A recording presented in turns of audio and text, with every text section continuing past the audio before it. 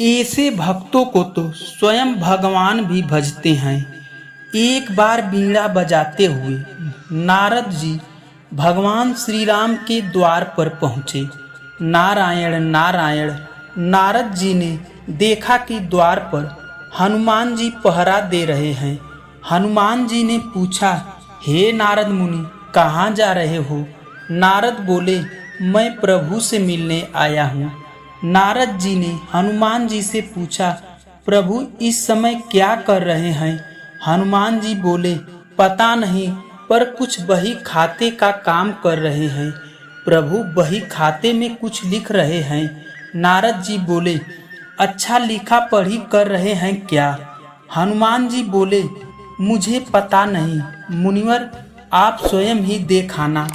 नारद मुनि गए प्रभु के पास और देखा कि प्रभु कुछ लिख रहे हैं। नारद जी बोले, प्रभु आप वहीं खाते का काम कर रहे हैं, यह काम तो किसी मुनीम को दे दीजिए।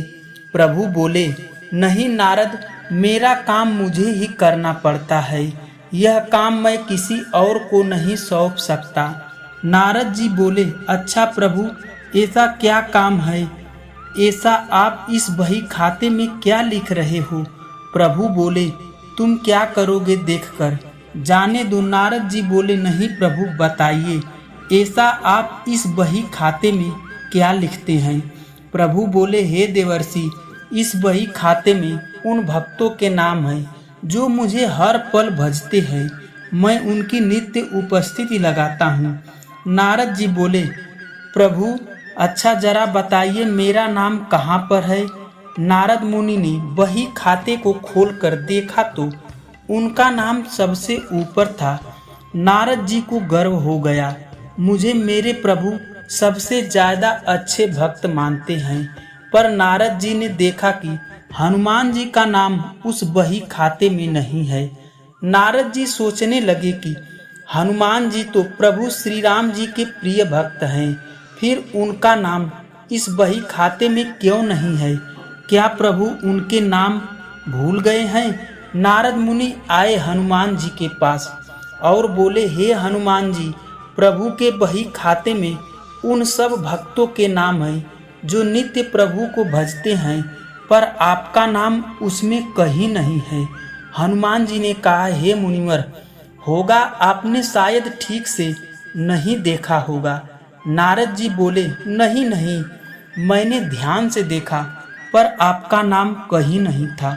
हनुमान जी ने कहा, अच्छा कोई बात नहीं, शायद प्रभु ने मुझे इस लायक नहीं समझा होगा जो मेरा नाम उस बही खाते में लिख जाए। पर नारद जी, प्रभु के पास एक अन्य दैनंदिनी डायरी भी है, उसमें भी वे नित्य कुछ लिखते हैं। नारद जी बोले, अच्छा? हनुमान जी ने कहा, हाँ।